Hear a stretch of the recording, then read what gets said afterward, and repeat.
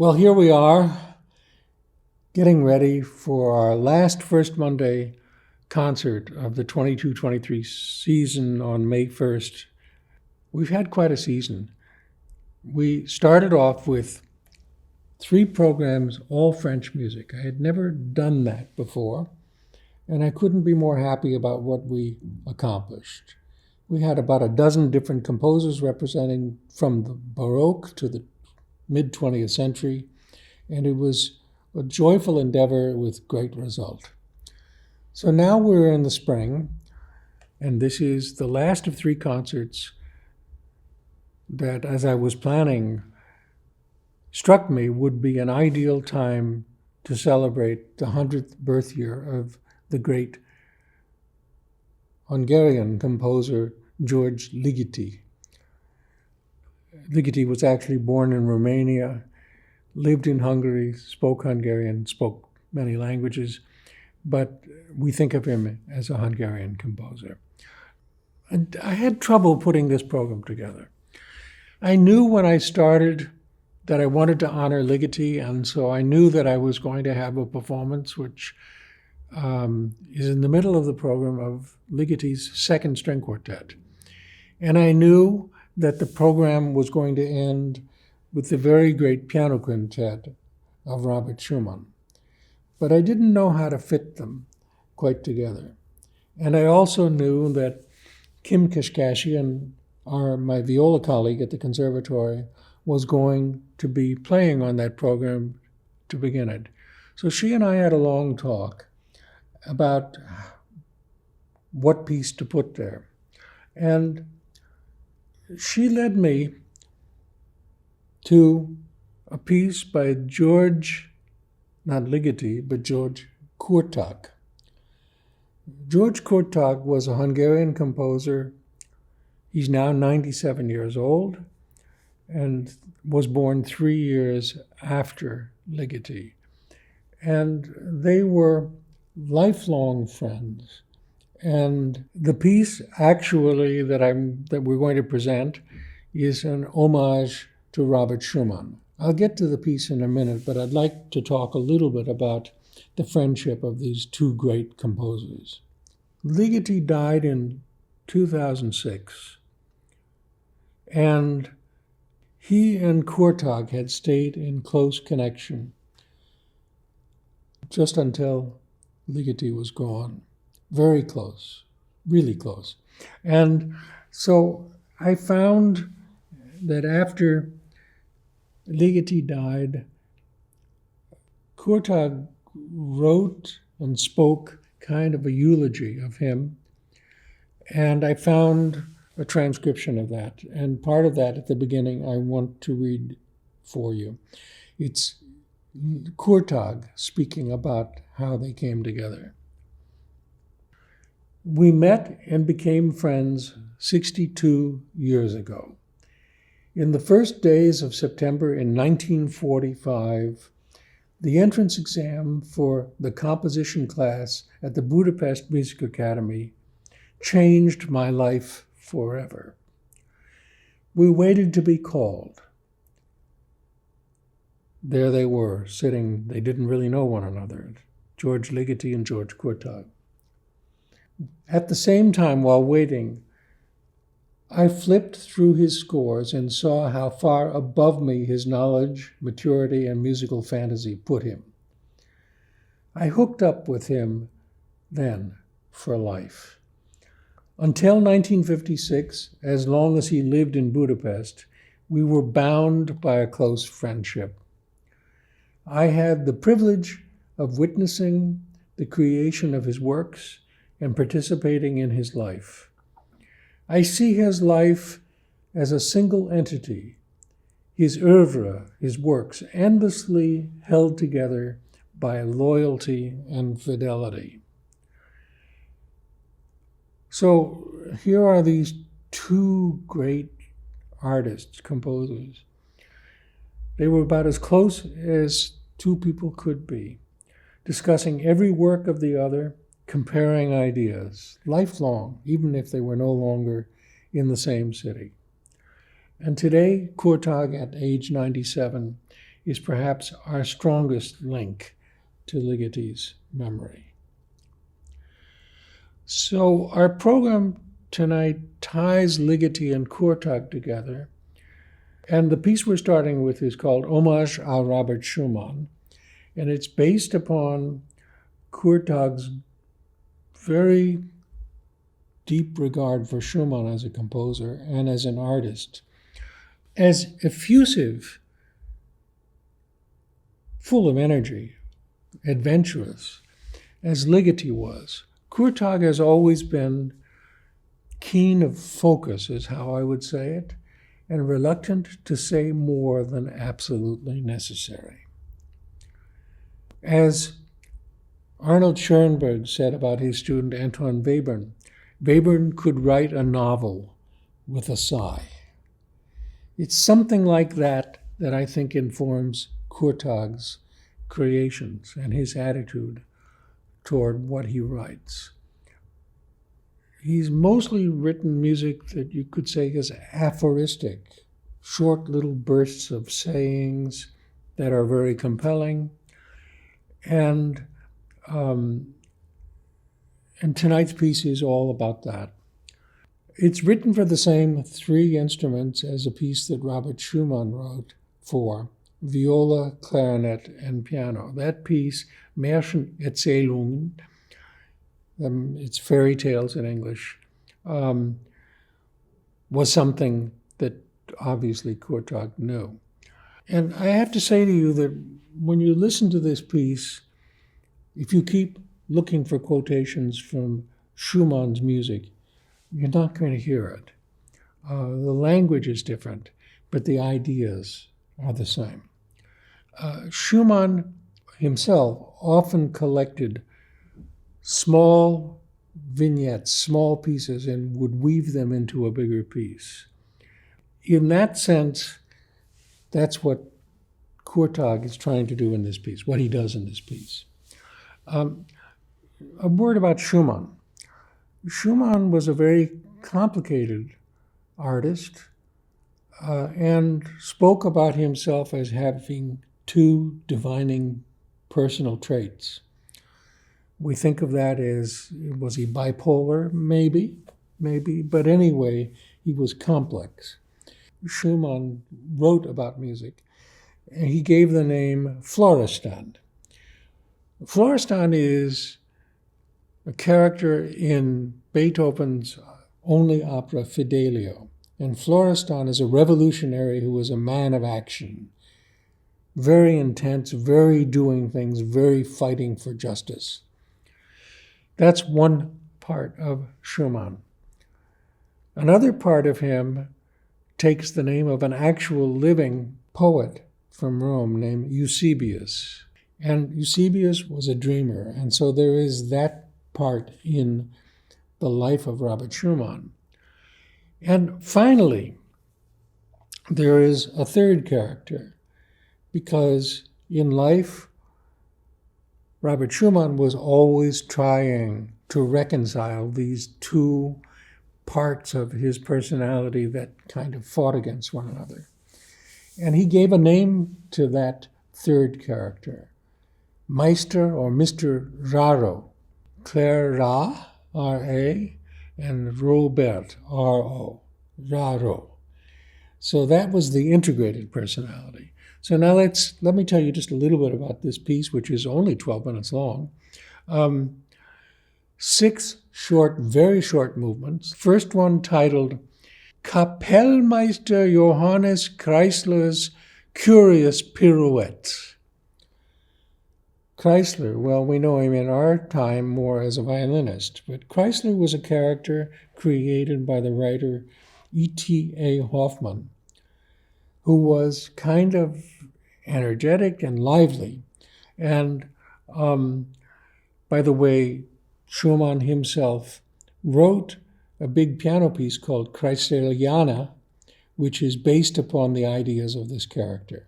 So Kurtág starts his piece with just, I think it's less than 2 minutes long, a little image of Kreisler. After that, there is a movement, you can imagine, very slow and dreamy, reflective, and it's titled Eusebius. That's the poetic side of Schumann. Followed by Florestan, which is the energized one. And then after that, because he just felt that was right, there is a short movement based upon a Hungarian poem. And that goes right in to the fifth piece called In the Night. And Schumann wrote pieces, Fantasiestücke, for clarinet and piano, which are often played on the cello. And they were originally called Soiree-Stücke, nighttime pieces. So reflecting upon that is the fifth piece of Kurtág. Finally, leading in to the last section called Farewell. Meister Raro discovers Machaut. Machaut was a great Renaissance composer, early Renaissance composer.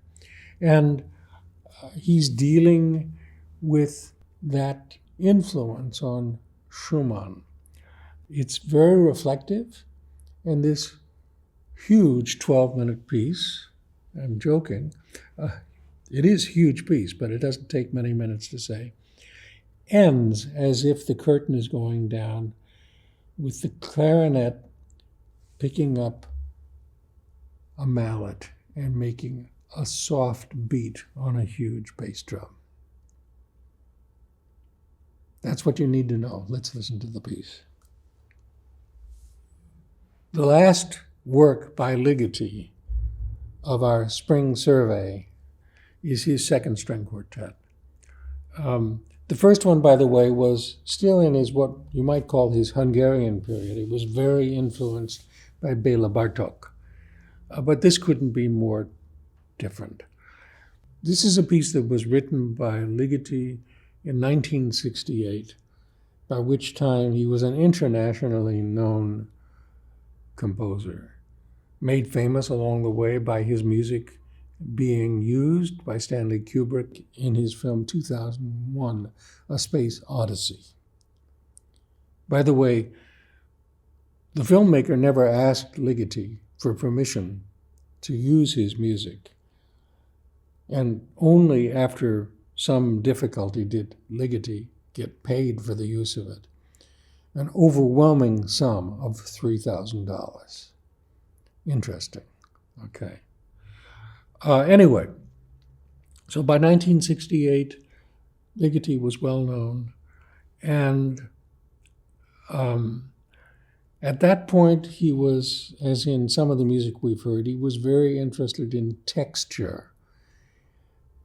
And I would say, in one sentence, what the second quartet is all about is texture. You've got the traditional string quartet, 4 players.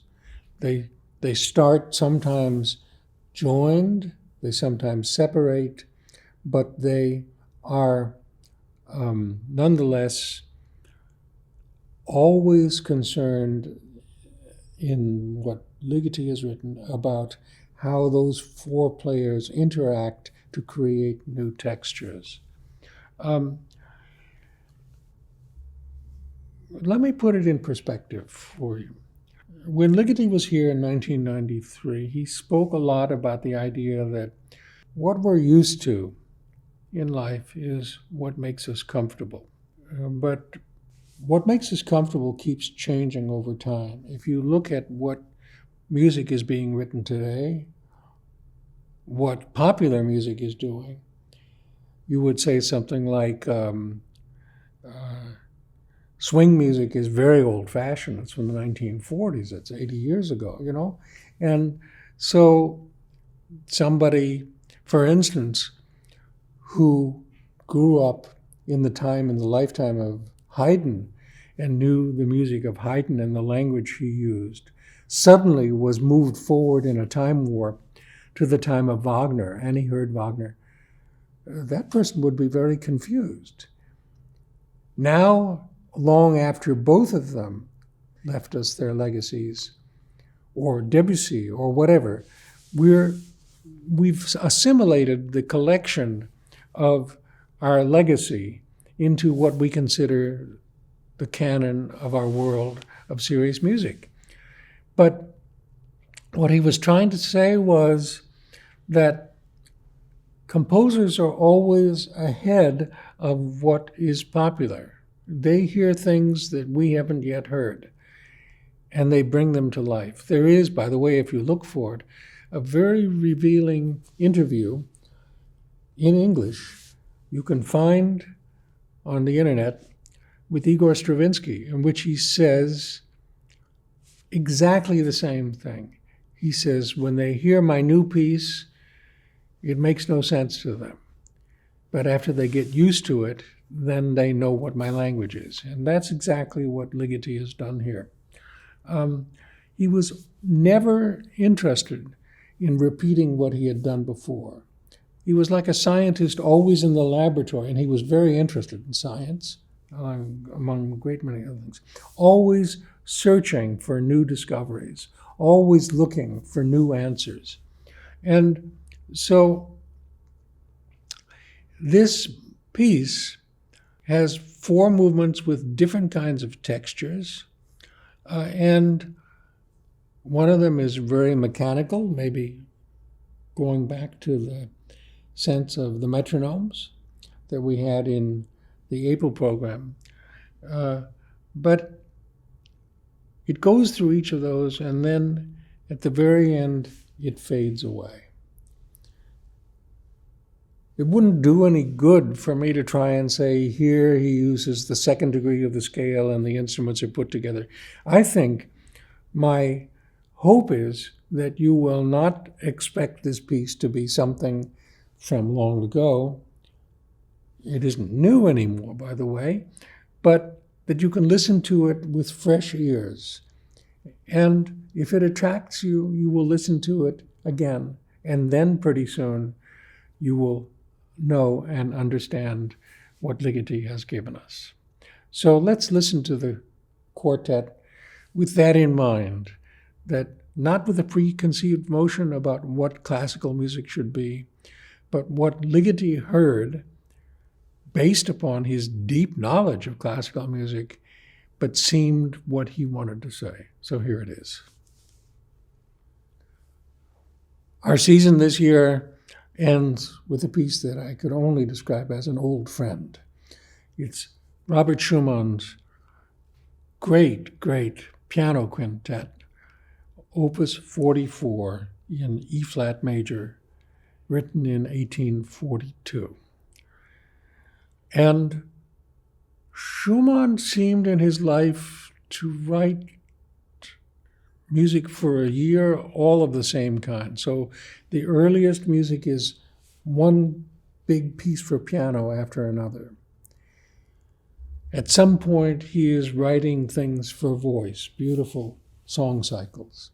In the year 1842, he was absolutely blown away by the need to write chamber music. And in that one year, he wrote 3 string quartets, the piano quintet, and following it by a short time, the piano quartet in the same key, E-flat major, Opus 47. I don't think I have to tell you very much about the piece. You've all heard it before, but I'll point a few things out. He wrote it for his wife, the great pianist Clara Wieck Schumann, and it is a piece of great depth and certainty. I guess those are the words that I would use. It starts very much in a Florestan way. Da, ba, ba, ba, ya, ba, ba, ba, ba, ba, ba, ba. Very, very bold, very definite, and yet immediately moves to a second area, which is poetic. Here we are now with Florestan and Eusebius, all in the same room. But the piece and the movement ends again with that same energy. That's the first movement. The second movement is written as a march. It's a funeral march, and with very halting character, with 2 interludes. And this is very common, that by now composers are not always writing just the same kinds of things that came before. That he puts 2 interludes in there, back and forth, actually in a way is like Haydn, who very often wrote slow movements that start in a major key and go into a minor key and back to a major key and so forth. So they have, within this second movement, there are moments of somberness, there are moments of agitated grief, there are calm moments, but we've heard it so many times, and you will recognize all of that. And after that comes a movement that you could say, I guess everybody who learns the piano has to learn how to play scales. It seems like this movement is nothing.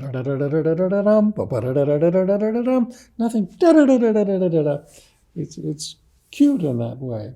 And then has very, very interesting 2 trios that are completely different. No more needs to be said. And the last movement, which starts again very dramatically with a fugal subject. Dum bum ba yum bum ba da dum bum ba da bum bum bum. That's all he's talking about. You don't know it's a fugal subject yet. But he goes through everything like that. And then at a certain point, like about 3/4 of the way through the movement, the music stops. It grinds to a halt. And then you all of a sudden know what he's up to. He is taking the fugal theme, now you'll know it's that, and the counter subject is the theme of the first movement. And he puts them together in a rousing way that ends with a huge explosion of energy and positive feeling. It's a joyous ending to our season. And it sends us off for all of our adventures for the summertime, whatever we do. And it just reminds us about how lucky we are to have all of this great music to listen to in such a great hall as Jordan Hall. I wish you a great summer season, and thank you for being so faithful to us.